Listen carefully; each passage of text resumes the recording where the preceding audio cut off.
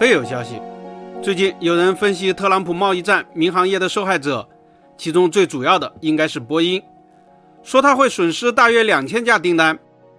2000架不知道是如何计算出来的，但是波音公司是全球航空工业的巨头，仅仅商用飞机每年就出口约500架，货值接近450亿美元。波音公司的产品有一个强劲的竞争对手，那就是空客。空客公司几乎在全线产品上都与波音竞争，它俩的产品价格非常接近，几乎相同。如果各国都对美国产品上调进口关税，波音公司的产品竞争力将直线下降，没有任何回旋的余地。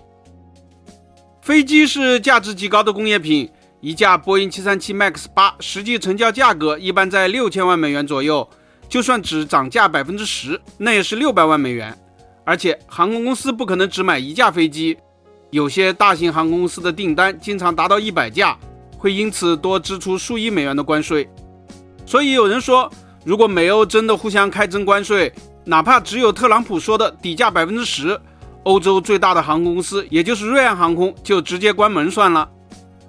瑞安航空现在手上有大约350架波音737 MAX 订单，增加 10% 的关税，成本上升20亿美元左右，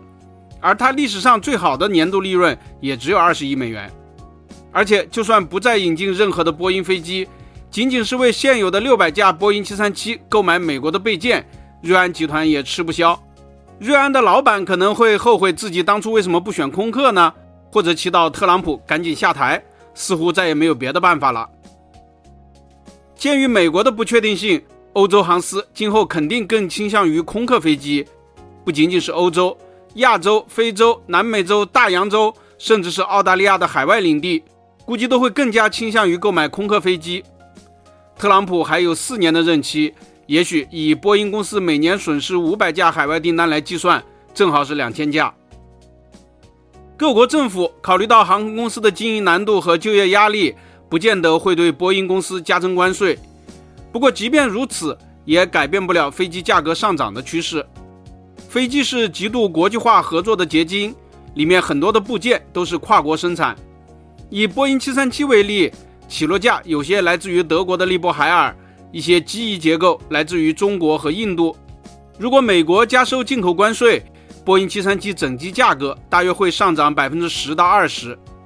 飞机价格上涨之后，一些航空公司会买不起，一些租赁商会认为风险太高或者是利润太低而放弃。总之，整个民航市场都会处于下行状态，不挨到特朗普下台是难有机会改变的。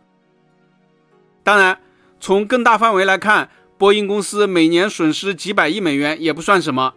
在4月4号特朗普宣布加征全球关税的那一天，美国股市就蒸发了数万亿美元，与之相比，飞机根本不算啥。朋友们，你们觉得呢？本期咱们就聊到这里，下期见。